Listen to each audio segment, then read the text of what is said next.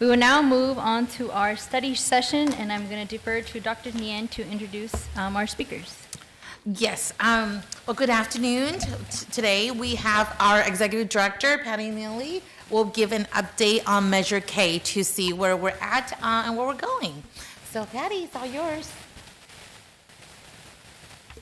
Good afternoon, Board of Trustees, Superintendent Jaron Freed, Cabinet, staff, team, facilities, and coming. Thank you very much for being here so we can present on the status of our Measure K implementation study session.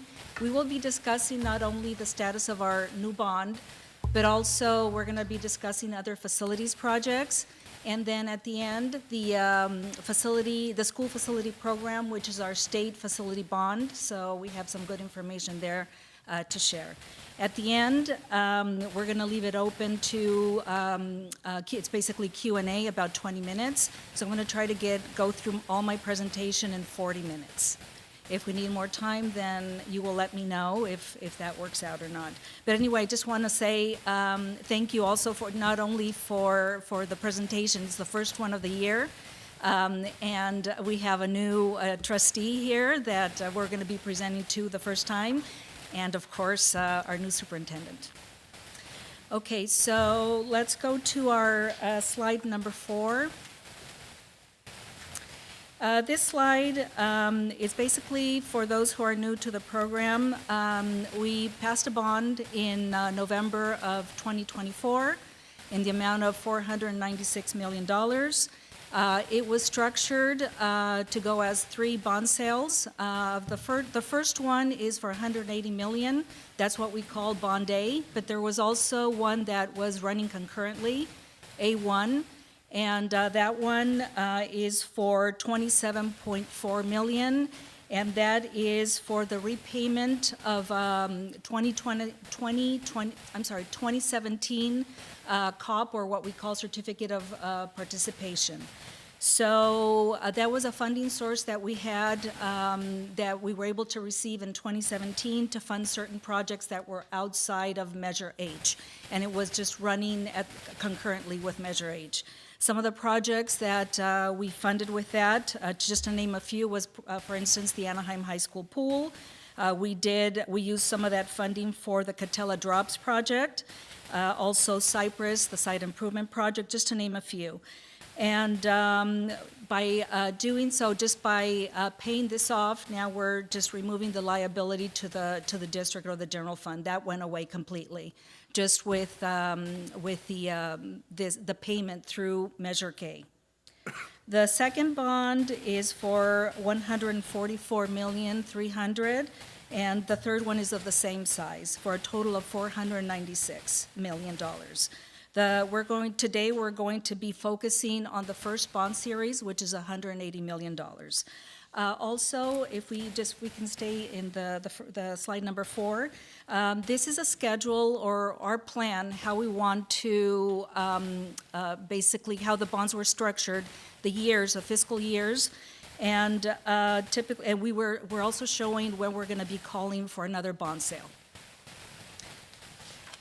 Next page. A1 is that bond that we already sold, and it's all completely paid. This is for that 2017 COP, and this is, our plan was to pay off $27.4 million.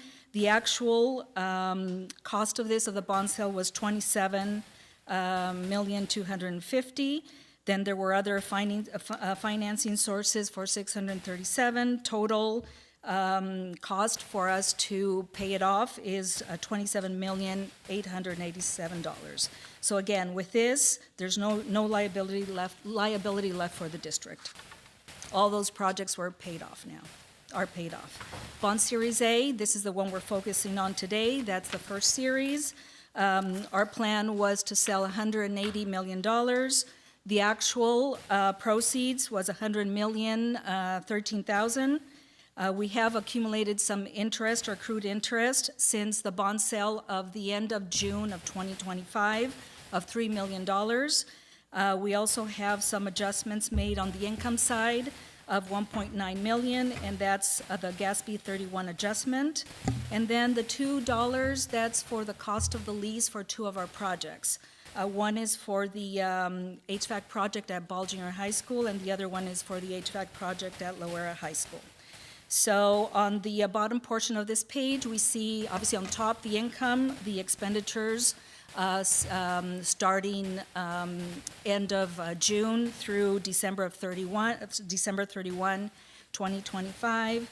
We spent $21 million, $478,000. So some of that, you can see the numbers there, they're broken down into what we call Category A, which is basically our consultants, it's all the soft costs. So we have our consultants, our design services, or our architects, inspection, testing, including costs for DSA. A1 is all related to construction, actual construction cost or expenditures incurred through construction. A2 is the district project management team, our salaries.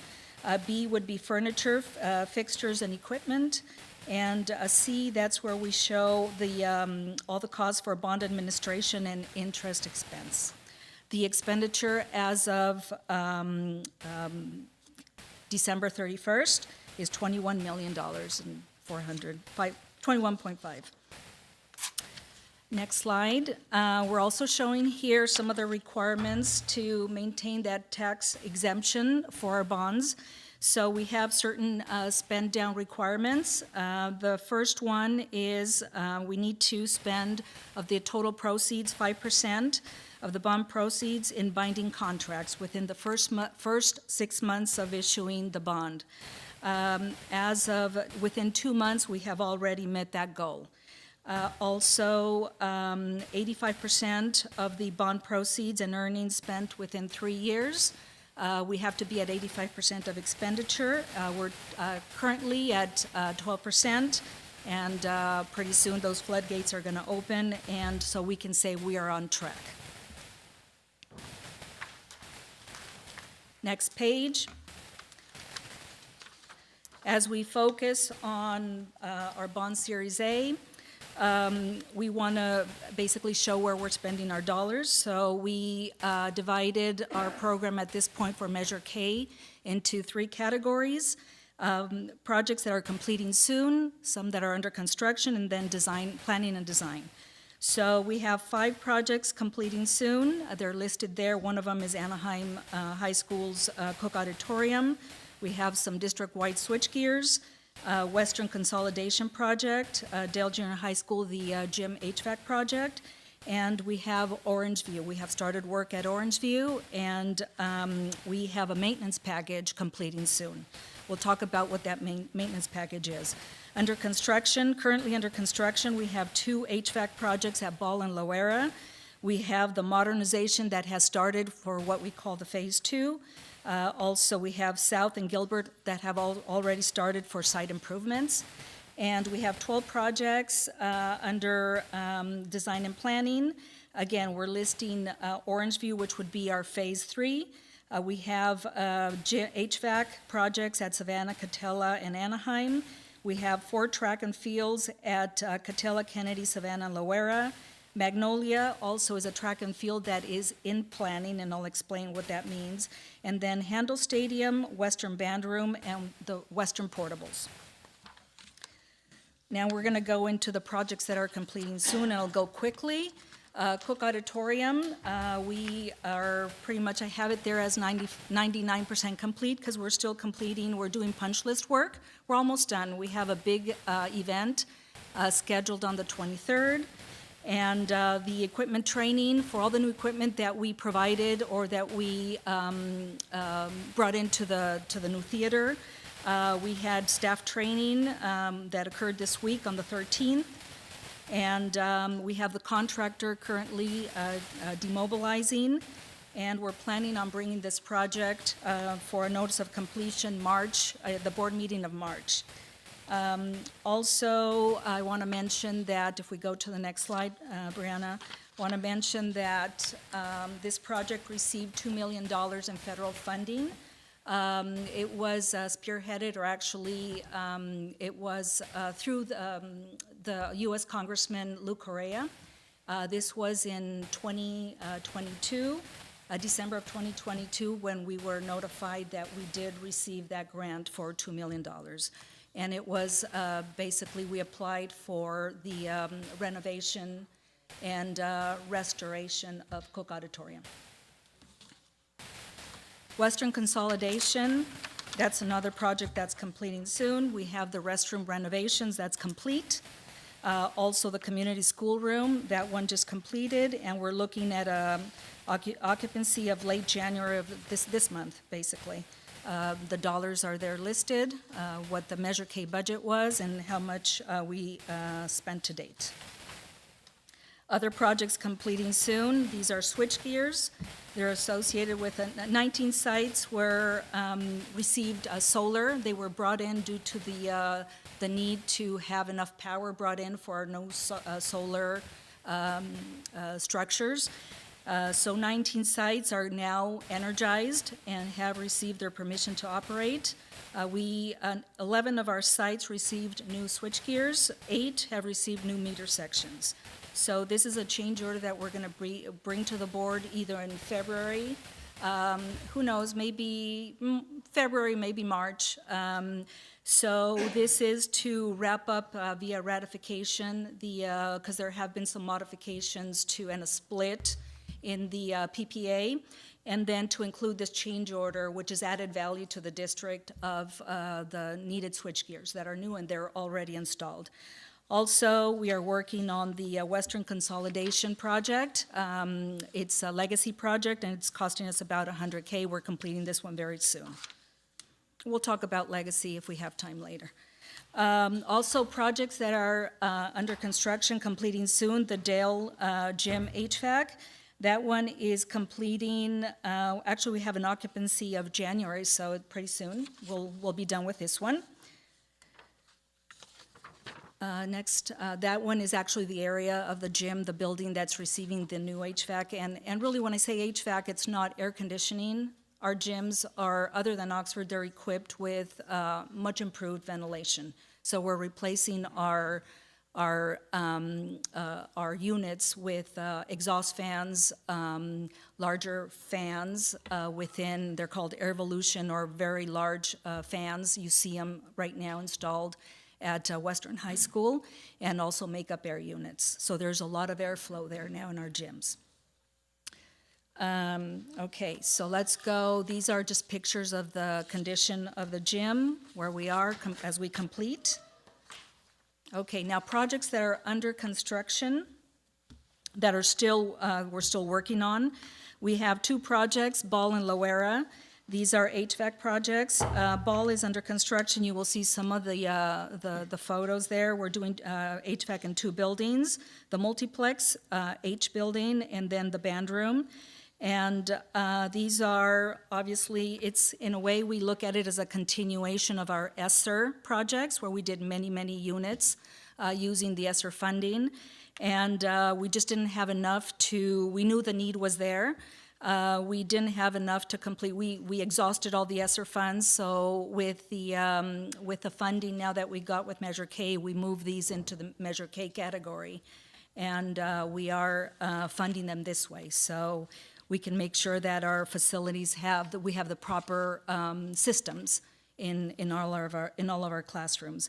This project started in December, so recently, and we're looking at completing it in May of 2026. The next one, which is running concurrently, is Loera HVAC. Let's talk about the schedule there. It started in October. It's a 1-year project. It's going to achieve completion in October of 2026. And there we're showing some of the project budget and the cost of the GMP and how much we spent to date.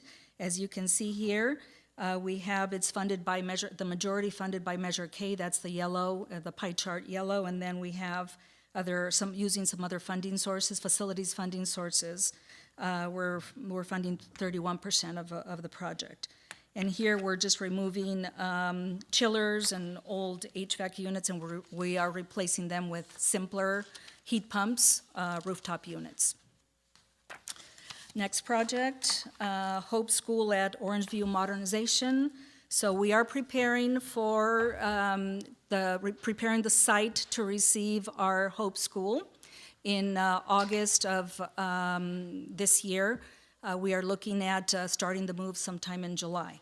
So this project we divided into three phases, actually maybe four if I count correctly. So we started last year or the year before last.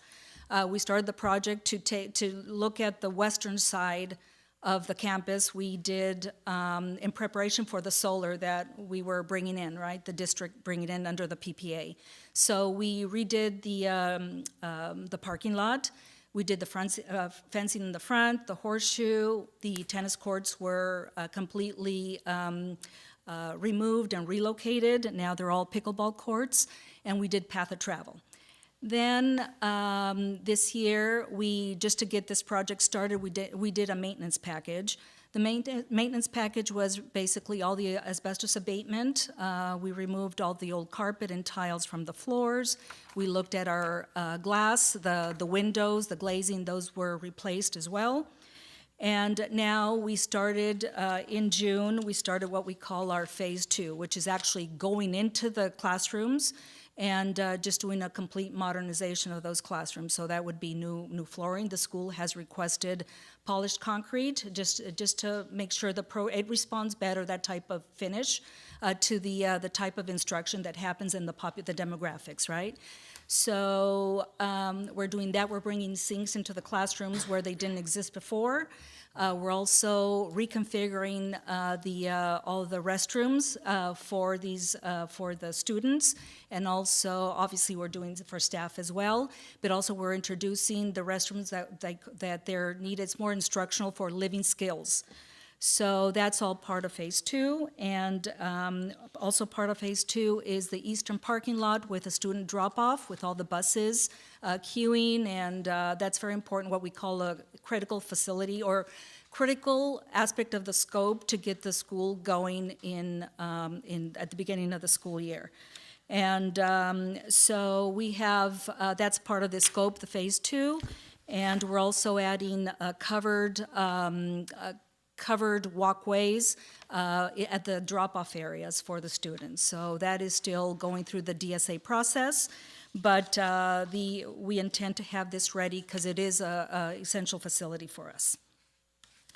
And then the phase 3 would be the administration building, the modernization of the admin building. So you're going to say, well, and that's going to happen after the start of the school year. So we had many meetings with the principal and staff, and including, for instance, we have food services, we have Scott with his busing, and serving the children. So we had many stakeholder meetings.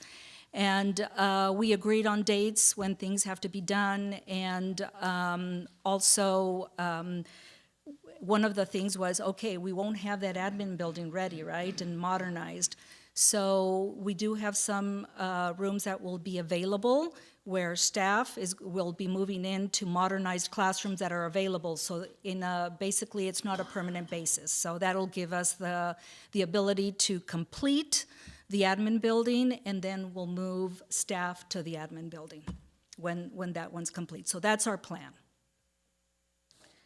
So we are looking at construction starting, we did start already in November of 2025. For this phase 2, we're completing July of 2026. And then we'll continue to report on our progress on phase 3. If you want to just go through, I just talked about the scope already, but maybe just some of the images of what these rooms are going to look like. So that's work right there with replacing glass. That's the classroom. It's a nice modernization, interior modernization. That's the new drop-off area. Buses coming in, students being dropped off under canopies. And then part of the phase 3 also are courtyards, We're trying to get some courtyards for the students as part of this Phase 3. Okay, next project, South Junior High School site improvements. This project started in January, last week or 10 days ago, and we have a substantial completion of February of 2027. We have the project budget of 10.4, 10.5 almost. Our GMP is 7.1. And this project is funded mainly by Measure K, and then we received a little under 2.5 million from the state, from CAL FIRE, for the grading of our schools. So that is, that grant is helping us augment the budget to be able to achieve more scope. So Phase 1, we're looking at, we started, and then we have a Phase 2 application that's in design, and it will be performed while the contractor's there, and that includes that area that you see redlined, and it's the core of the campus, it's the quad, there's gonna be an outdoor stage, and also the service lines, the food service lines or speed lines are going to be, will be covered as well. We're providing a cover for that as well. Some images following are on the following slides. And then that slide shows, okay, we're going into our demolition phase of the project. Gilbert High School site improvements. Again, this one has started in January. We're looking at a substantial completion of 2027, January, so 1 year. And the project budget is 15.36, a GMP of 12.2 million. And this one, again, funded by Measure K, and we were able to obtain CAL FIRE grant, a little under 2.5 for the greening of our schools. So what are we doing at Gilbert? We are obviously the much needed fencing that they're very happy that the project has started. We will be doing fencing, new concrete areas, asphalt, improved student drop-off, and obviously the greening of the campus. Got some images there.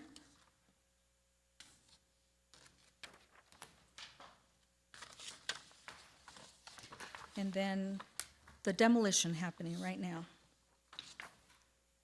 Okay, bond projects in design.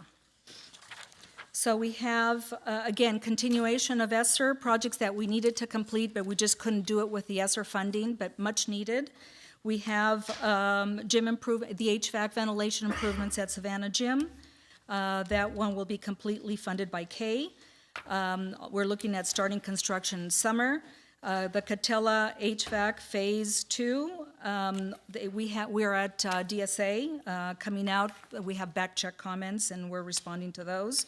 So we will be reporting back on when we're starting construction. And then Anaheim High School HVAC project.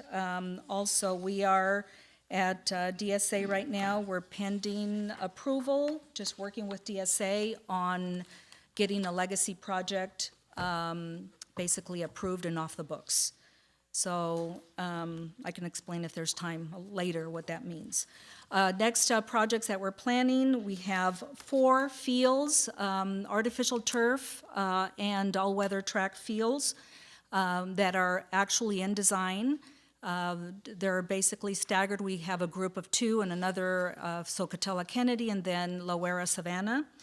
And so I'll talk about these because they're pretty much in the same stage of design or development. But so that'll kind of, it's kind of common to all fields or all schools. And then we're going to be bringing in soon Magnolia High School, the field there. So Catella High School, let's start with Catella and pretty much all high schools. So what we're doing there is, like I mentioned, artificial turf, all-weather track and field. We are bringing restroom buildings to each school. Obviously, these facilities will be fenced in. We have field lighting and with also path of travel. And there's going to be, depending on the size and where things got placed, we're going to have like a game day event area. So it's basically a hardscaped area with areas to plug in if they want to bring tents and have concessions and things like that. And then the other thing is bleachers. We're going to have bleachers on one side of the field. Most of the 3 schools, they're going to be in between like a 900 and 950 seating capacity.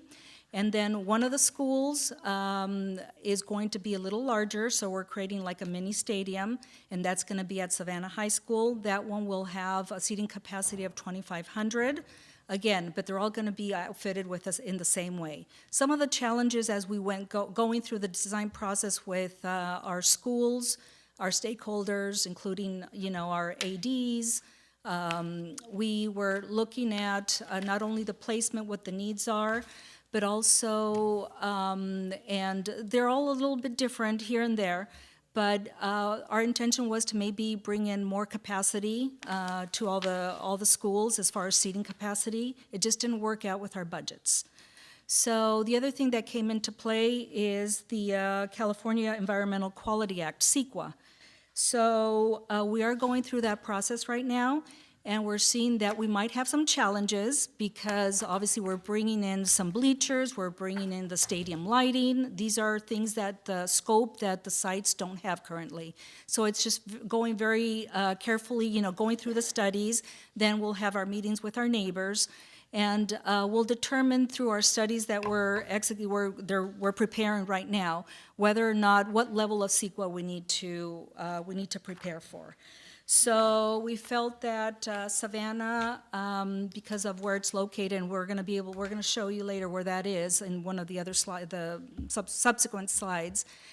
We have, that's an area where the boundaries of the school and where the field is going to be placed.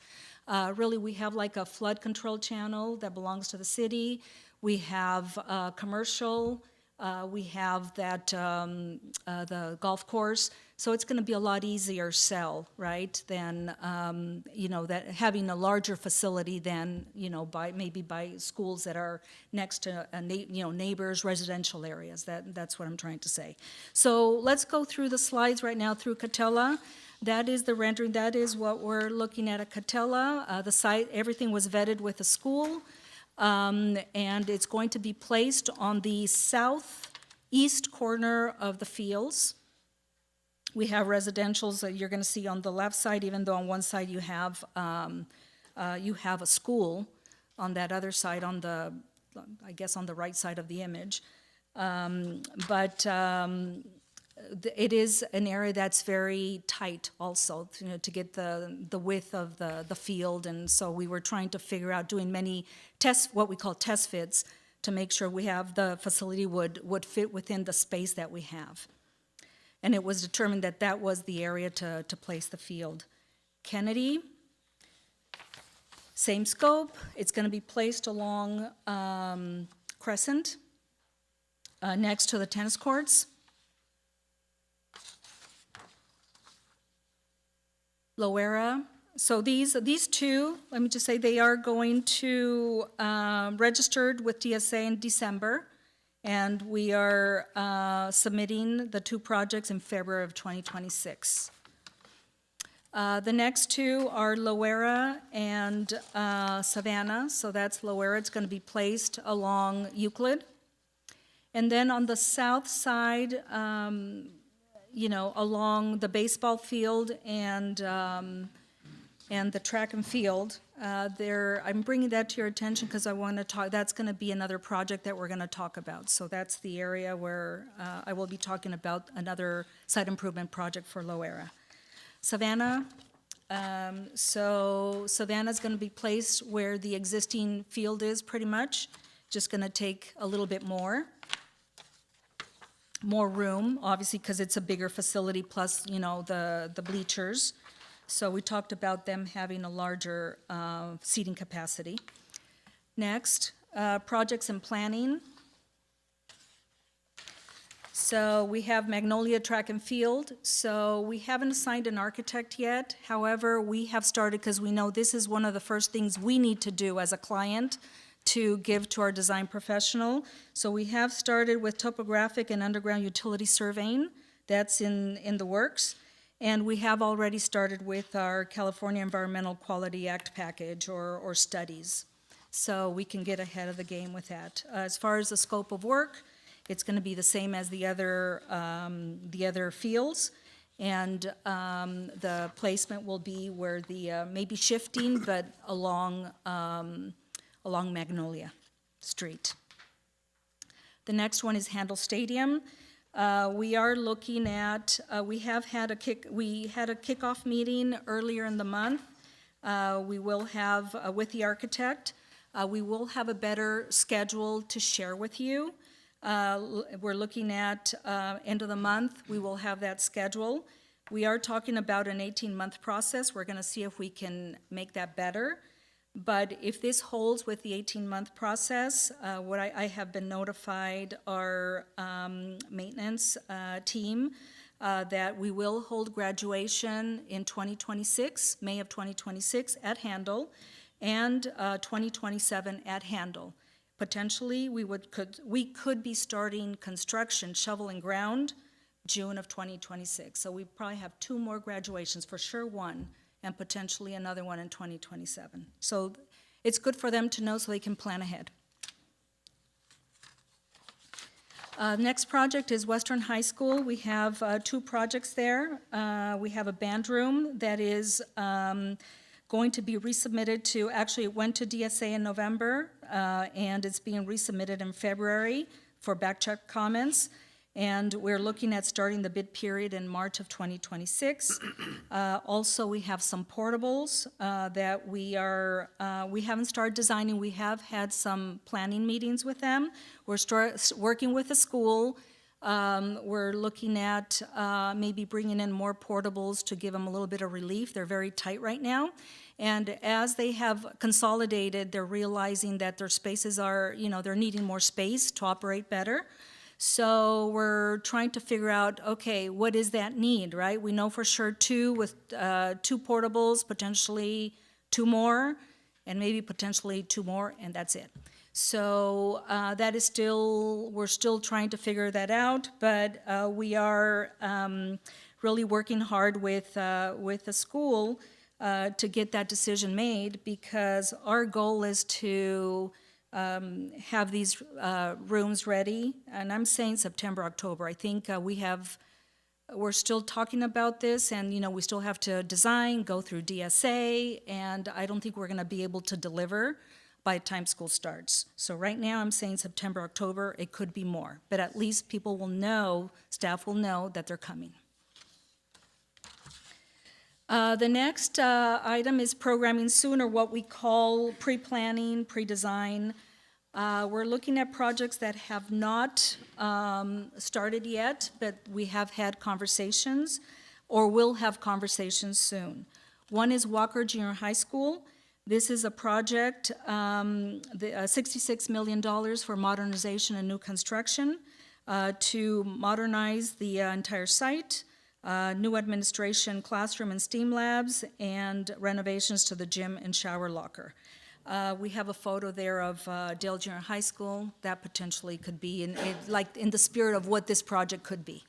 So we have had some meetings with staff and Principal Sasai and her school leadership team already. We had one in October, another one in December. In the meantime, early December, her SLT, the principal and the school leadership team went to Dale Junior High School to visit, talk to their colleagues at the school, talk about what works, what doesn't work, just to gather information. They have shared a sheet of information, pretty much memorializing some of the things they gathered, they gleaned from that meeting with staff. And we are looking at meeting with them again. The next meeting that we're going to have is Coffee with a Principal. They call it actually coffee chat. That's in March. I don't have a date yet because they don't have their calendar ready for that. So as soon as they will be emailing me so we can start the communication with staff, the SLT team. I'm pretty sure parents will be there so we can start that conversation. Part of this, what we want to do there also, we want to approach, because it's such a big project, maybe a design competition. And we will be advising as to how this is going to be, how it's going to basically roll out in the near future. So, but I do want to say that we do have cash flow analysis for our 3 bonds. And this particular project, being so large, will span the 3 bond series, A, B, and C. So we're looking at the start of the planning in March of 2026, and that could be, design competition programming, right? Then we would have construction starting in January of 2029. Things could improve, but this is our best guess as of now, and based on our cash flow projections, or analysis. And then we have completion of January of 2031. The next project is Loera. This is one that I brought up when we were looking at the fields. So this is one that was in the books already to improve the north or the southern side of the athletic fields, and also which would be north of the core of the campus. And it just needs major improvement. Also, it would provide some good access for maintenance to service the pool. And we're looking at some landscaping. This could be dialed back a bit, but it would be good. We propose to do this and move it up from Bond Series C to A, because we have a contractor already there with the fields and everything is adjacent. So it would make sense to get that done, the work done at that time, to accelerate it. The next one that we're looking at planning in the future, we're looking at Oxford Academy, and we have the addition of a new exit driveway to help with the traffic flow, an expanded parking lot and visitor parking lot along Orange Avenue, and the quad renovation. And also accelerating this particular project, it's the locker room renovation. It shows up in Bond Series A, but since we are going to be doing all the planning and some design, and with this Bond Series, it would be good to move it up. And they do have a need. They have communicated with us that they do need more lockers. Cypress High School is the next project, also going into planning and design sometime throughout the whole Bond Series A. So we're at Cypress, we're looking at doing an entry court renovation at the Horseshoe, the media center upgrades, we're looking at auditorium theater upgrades and traffic flow improvement, if that is something that we can achieve, but we're gonna take a good look at that. And then also the field restroom. We have completed at Cypress, we completed the track and field. The only missing piece is the restroom building, so we're looking at getting that portion done as we do the restroom buildings for the other fields as well. Western High School is the next one. We're looking at planning and some design, and there's specific dates for everything that we can share later, but we did move this to our Bond Series A, at least the planning and some of the design. And that would be for the modernization, some modernization and new construction for basically a new building to accommodate STEAM or CTE, looking at site-wide security system, a new fire alarm, site drainage, which we will be accelerating right now. It's very much of a problem there right now. And we will be introducing a new quad, some electrical infrastructure, and then, of course, the shower, locker room renovation, pool, and also looking at the food services speed line. Now, let's look at our bond project summary. So we are showing where we are. We listed all the projects that we identified on the project list for our bond, and they're all listed, and they all fall within a bond, right? A certain bond series. So we got A, B, and C, and because many projects are very large, they span various bond series, right?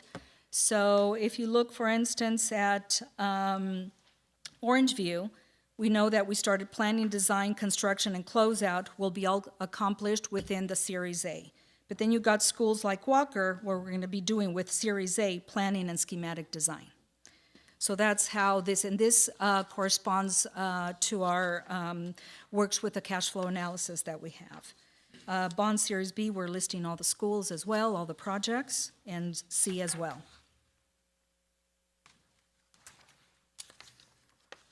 Under C, you're going to see that we have some projects that are highlighted. Those are the ones that we are accelerating just because it just makes sense. We know the school has a need, or it just makes sense. Okay, I need to hurry up. Okay, and then it just makes sense to accelerate because we already have work happening in a contractor in that location, so just let's get it done. So those are the Oxford Academy, the lockers, Loera site improvement, and the HVAC modernization of the schools that are listed here. Now, we are completing, obviously we're working very hard on our Measure K, but we're also working on non-Measure K projects. And those projects are also completing soon. And those are the Western Site Improvement projects. If you've been to Western, you see how nice that campus looks with the work we've done.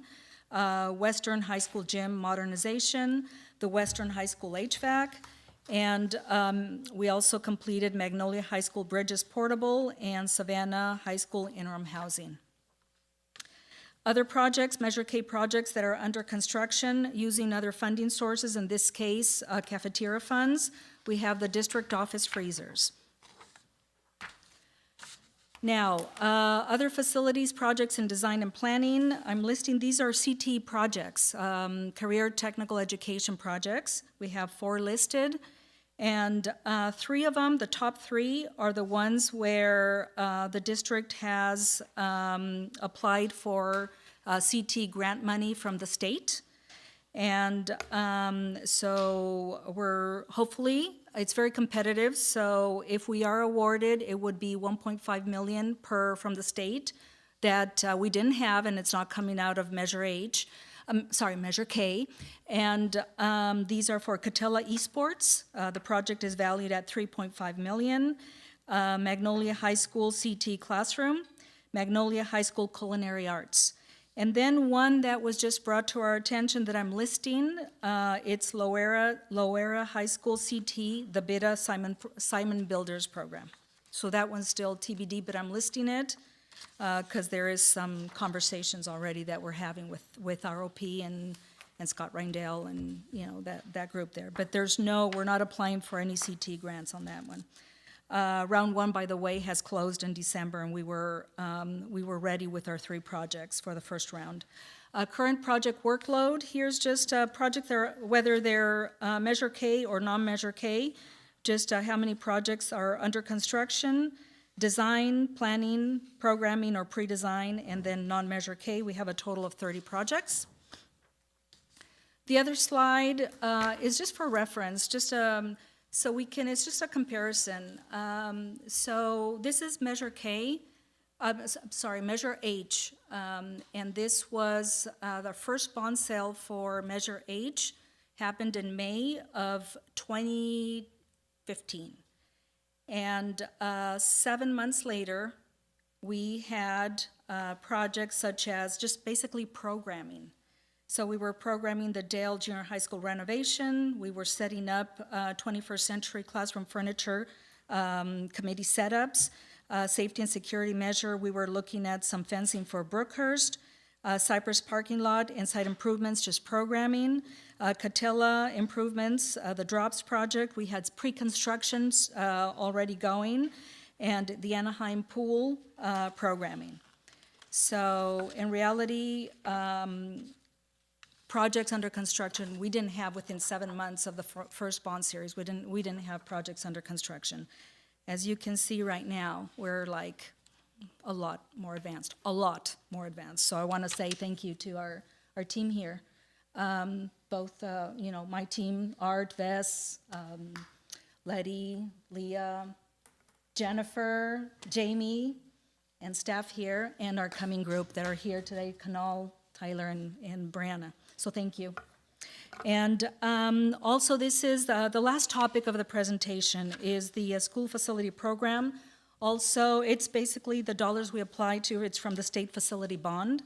So we applied, since Measure H, we applied to, took advantage of two state bonds. One was 51, Prop 51. Can we go back to the status? Prop 51 and Prop 2. So Prop 51 was voter approved in 2016. That was during our Measure H era. And then in 2024, Prop 2 passed as well. They're more or less sized the same way. We got Prop 2 from, Prop 51, $9 billion total for K-12, K-14, and K-14 or community college. And Prop 2, which passed last year, $10 billion, just a little bit more. So this chart here, or this matrix, shows the projects that we applied for to tap into these dollars. And this is basically a matching grant, right? So we need our own district dollars, local dollars, to be able to tap into this program. So what the bonds did, either H or K, they're allowing us to tap into through eligibility that we have, into the state program. So this, you'll see Prop 2, the projects that were submitted under Prop 2, and then the new bond, 51, are also listed. So we're looking at pending funding of $103 million, and funding received, $74 million. I just want to say very grateful to have Jamie here, who helps us with all these applications. So Jamie, if you want to wave so everybody knows who you are. Okay, and just so you know, just 16.3 million were received from Prop 51, totally exhausted, and an update on Prop 2, which passed in November. The needs throughout the state are great. So and you can see that we applied for many projects and for a lot of funding, but the modernization funding of $4 million, they're already exhausted. So we're just in line, and they're talking about maybe they're trying to figure out how are they going to cover or respond to all the needs throughout the state. So maybe they're going to be looking at another bond. That's one of the latest information that we have, but nothing is really confirmed. But we're in line for a lot of money. And the next slide pretty much shows the overall magnitude of our program. So you're going to see that we have, just a disclaimer here, Measure K, it's 496, not 498. So 496 million, and for Measure K, Measure H, 249 that were received and exhausted already, all spent. Pending state funding of 123 million, received from state funding from Prop 2 and 51, 74 million, and our remaining basic eligibility. So that is money that we know our facilities will be still eligible to, as we continue to have projects on sites that have eligibility, we can tap in at a very basic level to almost $90 million. So that, without counting some other facility funding that we receive, such as ESSER, our program is about a little over $1 billion. And that concludes my presentation. Oh, sorry, no, next steps. Next steps, sorry, I'm getting, we're late, I'm sorry, I'm going over. Am I good? Okay. So when we had our first presentation to the board, once we passed Measure K, that was in March of 2025, we had some tasks that we wanted to accomplish. You can see that some of them were accomplished, some of them were deferred just because it was okay to defer them because we still had room in our contracts. We do have, if you go to the next slide, these are our next steps.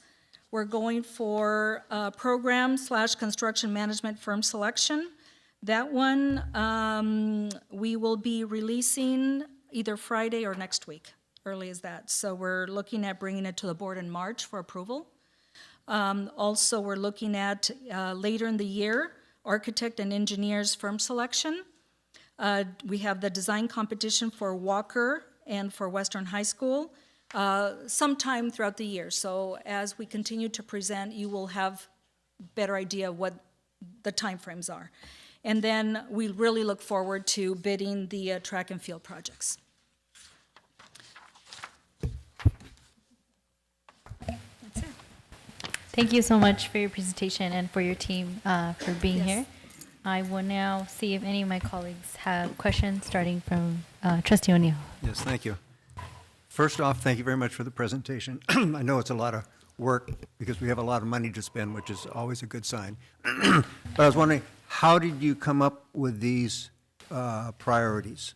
So when we knew we were going for another bond, the first thing we did is obviously come up with our project list. We've been and trying to prioritize the scope. So it's basically what we know, what we knew throughout the years, things that were still remaining to be completed that Measure H couldn't accomplish. We had, in the meantime, a master plan that identified needs, right, of almost $2 billion. It's almost like we can never catch up. And then we prioritized all the information per school. We met many times with the principals, and it got to where we started identifying budgets for each project, and then we one last time to the principals and their team. Okay, of this list within your school, let's prioritize. So it really was, our knowledge of what the sites need, along with our maintenance team and things that we know we needed to accomplish through the master plan. Taking advantage also of, some of the state funding that we needed to accelerate some projects or even tap into that funding or some grants. And then prioritizing with the school. And after that, we created categories that are pretty much shared or very common categories, and that became our project list. So actually, when we went to the schools first, it was much longer than what you see here. And then through going through the priority process or identifying the things that are a must-do, or important to the sites plus to staff and what we know how a school, where the deficiencies are. That's how we came up with the with our list, including some information that derived from the facilities, the condition assessment, the needs assessment. So that is part of things that we knew needed to be accomplished, and that's how we created the list. You've mentioned the master plan. When was that done? That was done in 2022. We're looking at, they're good for 5 years. With a new state bond, we will have to redo the master plan. So I'm thinking, I think we probably have another good year with our master plan. Then we would have to go through the process one more time. Okay.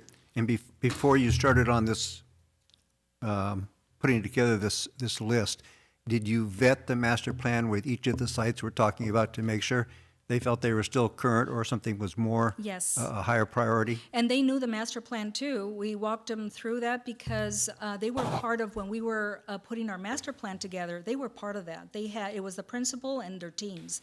They had like school leadership teams that were part of the master plan process with the architects, facilities, and other departments as well, including maintenance and other departments within the district. Yeah. That was 4 years ago, so I'm just trying to bring us up to date to make sure that. So the first one that we did was in 2014. That's when we were starting to Right. plan for Measure H. It was adopted in 2014 by the board. We identified needs of, I think it was like $1.2 billion. Yep. We got a lot of work done with our bond, right, with Measure H. Then in 2022, we knew we needed to go. There was talk about maybe going for another bond. Let's go ahead and revamp, and it was time. Our master plan, so that was adopted in 2022. And this time, even with all the information got updated because of all the work we've done with Measure H, and still this time the needs were shown as $2 billion. That's why I'm saying it's like you can never catch up. So I guess we're going to go through the same process. It's a requirement now through Prop 2 to have an updated master plan. Ours is still valid because it's still within the timeframes, right, the 5 years. But that is something we will have to do. Okay. What's the cost of a master plan? The cost of the master plan was $90,000. Okay, all right, thank you. Trustee McCullis. I have a few questions. First of all, great job. Kudos to all the amazing, all hard work that y'all put onto this. Now, my first question is of concern in terms of our neighbors, specifically with regards to the fields at Western, Loera. What is the process in terms of like letting our neighbors know, hey, we're going to do some construction? Because some of these are adjacent to like straight homes. So right now we're going through the CEQA process. There's a bunch of studies that are being done to determine the level of CEQA that we're going to need, whether it's going to be a notice of exemption or that is very short in time. But the process is still the same. We will be having meetings, inviting the community. Okay. So they know, and we might get some people saying, you know what, we don't like this. So we have to look at those mitigating measures because we do need the project, right? Or they may come in as a mitigated negative deck and hopefully not an EIR, because that takes very long and that will affect our schedule, and we would Okay. have to communicate that to you. We will let you know when those meetings happen. Right now, we're looking at, let me see, I have that information, when the studies are gonna be ready, and I don't remember when I put, end of February, okay, end of February, they're gonna be Nice. ready. So after that, we will come back to you or maybe via an update to the board, what our next steps would be for that. But just something to, Cypress Track and Field, that one was, we had a lot of neighbors around us. We thought it was gonna be very tough, and that went as a notice of exemption. Oh, nice. So we'll see. And then my last question with regards to this opportunity for our students with disabilities in terms of access. In these processes, do we consider not only our students but even our families when we are constructing and renovating some of our projects? We always look at, the phasing of the work is vetted with the school, and all that gets looked at. We also, not just with, the principals, but also we have to look at access to, other services, right? Like, I'm just thinking food services. Do we have proper access for our students? Are we blocking any restrooms that, that need to be accessible to our students? And also we look at deliveries, right? We need to make sure our schools are operational. That is aside from accessibility, right? So, but accessibility in other ways operationally, right? We do, when we phase the work, all that gets, it's just many meetings and discussing all those issues to make sure we don't stop construction, right? And everybody agrees to the schedule and the phasing. Thank you. I want to piggyback off of what Trustee O'Neill had talked about. If the master plan was done in 2022, our pathways, our classroom needs, sometimes our instructors, they change. So I kind of want to think about if we should sometimes go back and revisit before we implement. And the other thing too, a lot of these projects are HVAC projects I see. We're going to be displacing and closing down gyms. So do we consider how we're going to maybe share facilities with neighboring gyms? We are doing that and working with Jeff Russell, example. Perfect. We have Dale Junior High School, which is, we're occupying this month. That was a topic of discussion, right? So we're taking down Dale Junior High School, and working with the school. Yeah, we want to make sure it gets done. That we figured out where we were going to take the programs or the sports that were being played in the gym. So that got all addressed, and then that will be the same with all the other, and now they're back. They're going to be back into their gyms. So sometimes it makes sense to just move the programs so we can have full access to the facility and finish earlier. Thank you. But that gets discussed. It's not always like that, but we just don't go in and.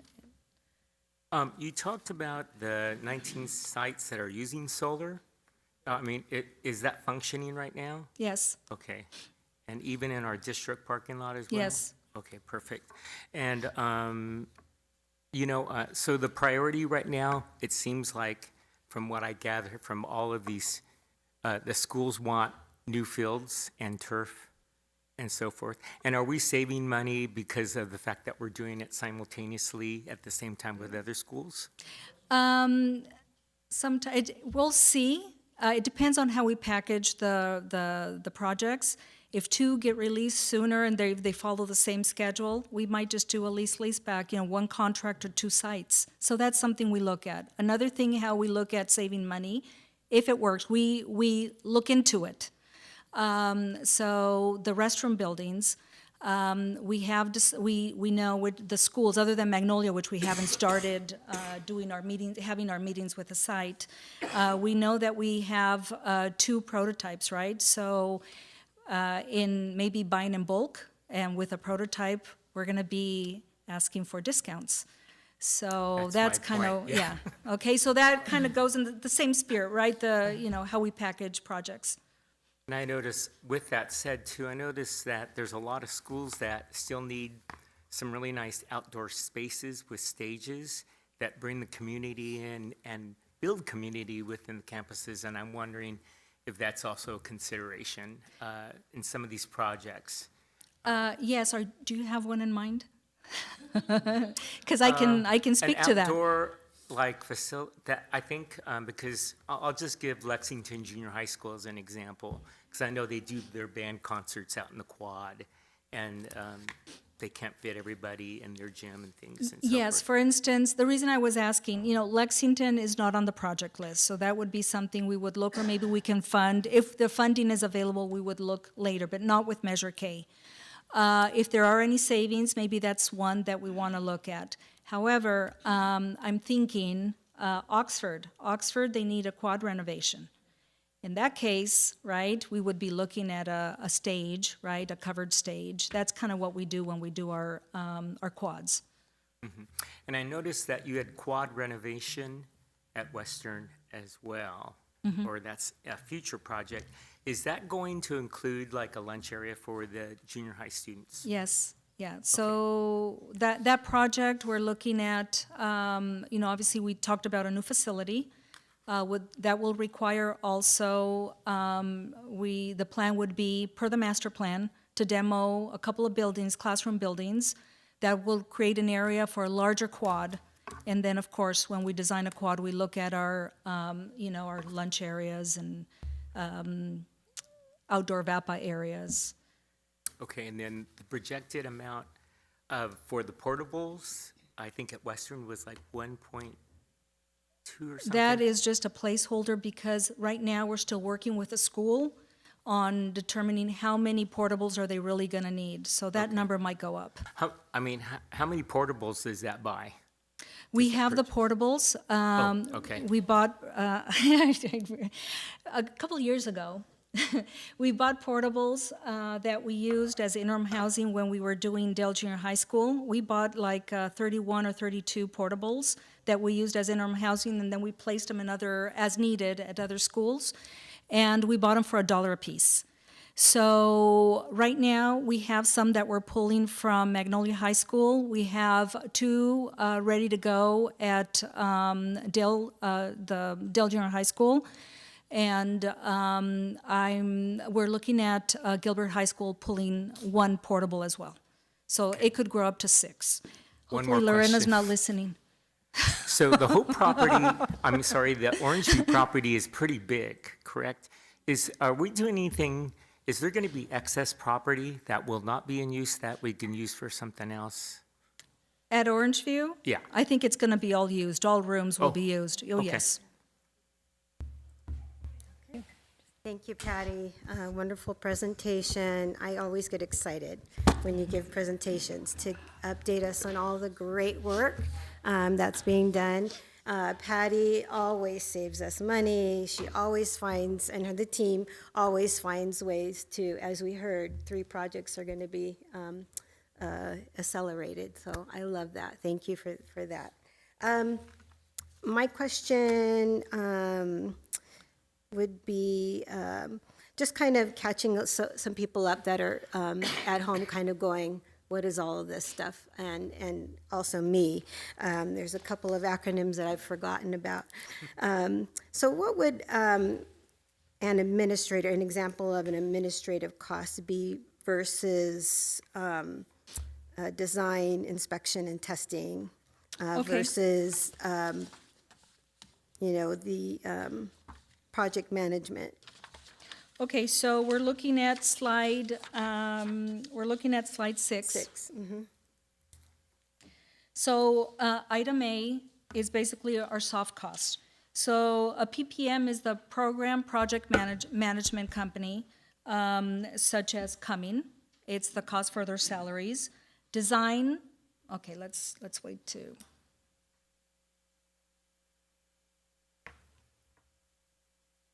Design are architects or engineers. Inspections are inspector of record, such as our DSA inspectors. Testing would be our testing labs. Also, under that category, we would have our geotechnical, our companies that look at our soils, so we can design appropriately our structures to the soils that we have, the type of soils. Also, it includes DSA, our DSA costs. Construction, these are construction dollars, how much we're spending, when we get our invoices from our contractors. So that's what that is. District project management, that's our district staff, the facility staff. Furniture, fixtures, and equipment, that would be like our 21st century classroom furniture. Or in maybe some other type of equipment that is listed under there. And then bond administration cost and interest expense. So this has to do with the cost to sell bonds or to administer the bonds. And in the testing, would that be considered, or do you test water tables? Or just the soil for? The soil, and then depending on the site, we might see that our water table is very high. So and it depends. It's a site-by-site thing, right? But yeah, that would show. They do like like a section of what the soils are in the different depths and where we encounter different types of soils, and maybe there's a note on where they found the water table. Does it still pertain that the west side has higher water tables than the east side? Okay. I think that's very interesting. And then when you said that we were on track on the next slide, because of 85% of the bond proceeds and earnings spent, and you said that we were at 12% right now. What did you mean? Remember, we're just like 6.5 months into the bonds. We're looking at 3 years from the bond sale. So, or when we received the funds, right? And that was end of June of 2025. So we're really at 6.5 months, right? We're at already expenditures 12%. In a year from now, we might be a lot more. We will be a lot more. But our goal is at month 36, at 85 or beyond. Gotcha. If we're not able to meet that requirement, then the bond has to be resold at different rates because it's a tax exempt. So that's why we're able to get very favorable rate when we sold it. And so these are the rules that we must adhere to in order for this series to be tax exempt, because if we don't adhere to this, then the future bonds, and we will have to consider if we're not able to do that. But I know that this team, we will be able to do that. So we make sure that we had all these, when we did the analysis, that we were able to spend down all these cash before that deadline. And so we're very, very cognizant about this piece here. And it's very important as the board, this is your fiduciary responsibility, right? And so we are making sure, and we have our attorney as well as financial advisor reviewing these things with us as well. So we want to make sure that it's a great question because this is very, very important, so. Thank you for explaining that, because a lot of people think that we just have, we go out and we just happen to get all this money and it's sitting there and we can spend it how we want. And so there are very strict guidelines that we have to adhere to. Right. And then even with all the expenditures, the team put together an entire budget, like what's required, and they know by project what percent will go into each category. And so it's very, very it's very formula driven because we know like what is usually what percent for all these things, and so we budget to a very detail. So they all do, the entire team, they do that for us, and so there's like categories for every single thing, so we have to track it. They track it down their end and the financial stuff as well, and we also have the auditors too that audit pretty much 90% or more of all the expenditures as well. When you said on page, or slide 13, that the switchgears and the legacy project, 100K. Oh, You legacy said that added value? What did you mean by that? Well, we needed larger switch gears or newer switch gears to accommodate all the new structures, right? The solar, right? So that was part of it was a requirement for us to have operational structures or solar. We needed to upgrade the current switch gears that we had. Okay. Let's see. So glad, and as an example of what you said, that she talks to the sites, the first thing that you're considering at Orangeview for Hope was the covered walkways, the restrooms. That was the number one thing that they told us, yes, and the eastern parking lot, and getting that done first. So thank you for that. And then on slide 37, are these existing trees, or are we going to plant mature trees? Those are existing. Okay, fantastic. It looks gorgeous. We might have new trees too to add to the landscaping, but those are existing. It looks gorgeous, yes, thank you. On slide 39, it occurred to me when you were talking about the project budget at 1047, and there are others, and then you said the GMP, and I cannot remember what GMP is. Guaranteed maximum price. Guaranteed Maximum price, and this is what we bring to you for ratification to the Okay. board to approve that contract. Okay, gotcha, thank you. And then the Loera track, you're going to put that along Euclid, and that's where the softball field is, right? Let's see. Yes, we're going to have to relocate that one. Okay, I was just curious about that, and you've talked that all out with them. All right, that's all my questions. Thank you so much. Thank you, Patty. I had a few questions to Trustee McCullough's point too about engagement with the community. I was able to be part of the meeting at Anaheim High School when they were doing the track and field. So it was a very positive meeting. And then I believe after the project, we did receive some feedback, I think mainly about the bleachers and like their elevation. Are we looking into that for future projects? So the 4 projects that we're working on and the future Magnolia will be set up like Cypress. They're elevated. Okay. So they're 5 to 7 rows, but elevated, Got it. and no covers. No covers. Okay. And that's all been, I think they mentioned it previously, like the school site and I'm assuming the athletics team has already been up to date with that process. Yes. Okay. Yeah. We met with all schools, principal, AP of Buildings and Grounds, their ADs, also Jeff Russell. He was part of all of our meetings. Perfect. Thank you. And then my second question, you mentioned it a few times, the legacy project. Can you dive deep more into that? Okay, so we have 2 very old DSA applications. DSA applications are projects that were submitted to DSA way back. The ones that we have everything pretty much on track to close, especially all the new construction, we just go ahead, we build, and we certify, right? DSA certifies. There were a couple of projects, mainly from the 90s, way before our time, that still remain uncertified.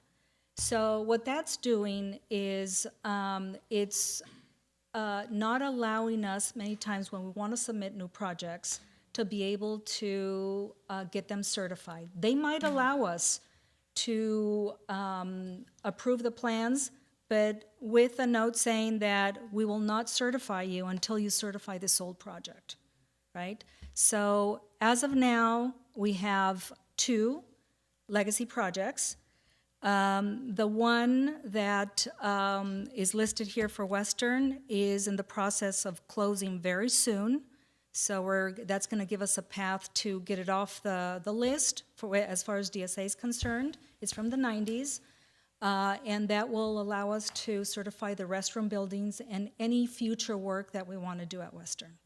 The one remaining is at Anaheim High School. So when you go to the HVAC slide for Anaheim High School, we have an HVAC project waiting to be DSA approved. We've been in communication with DSA to figure out our path to get that one approved so we can finally get the work done at the school. They really need that, the units. And then in the meantime, concurrently, we're going to be working on our path with concurrence with DSA on closing that project, certifying that very old project. Nice. So that's legacy. We had 2 many, many years ago. How many do you think? How do you save this? Okay, no. It was a group, no, please. But I think when I started, we had almost 40, like that. Wow. Okay, thank you so much for working on Yeah, that. so we're down to 2. From that era, from the 90s, And from Measure Z. and from Measure Z. So we're down to 2. One We'll keep closing you soon. around, Patty. You're amazing. We'll see about that. But thank you. And then my last question, can you explain what a design competition is? You mentioned it for 2 Well, we're going to sites. What create a is it? program, Okay. right? A program meaning, okay, this is what we need, how we want the school to, not only how we want it to function, basically, adjacencies, where are we lacking in facilities, what do we want our CT rooms to look like, our classrooms, putting a program together with maybe some sizing and potentially some locations where we would want to see things we want to preserve. We create that program, and then we open it up to designers, architects, to come up and we give them the program, a specific date for them to come up with their proposal as far as what these facilities look like, and a potential maybe cost, and we would look at finishes. It would be a committee that would have to, it's a selection committee, right? So we can pick the right architect for us. So that's where our step 1 would be, to start with our program. Got it. Okay, thank you so much. Oh, yes. Is there a question? Yes, Dr. Fee. Patty, first of all, thank you, Patty, for your presentation. I really appreciate the effort and the work that you put into this. I have a question on slide 57.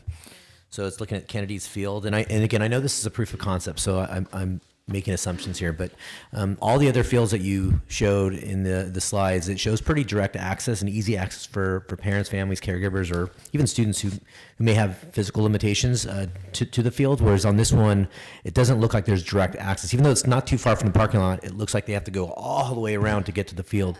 So again, I also recognize that maybe it's not safe for them to walk along the baseball fields or tennis courts, but my hope is that there's some way that they get more direct We have a path of travel access. that is DSA approved. Okay, and it's And it's going to be accessible. Okay. It's going to have lighting.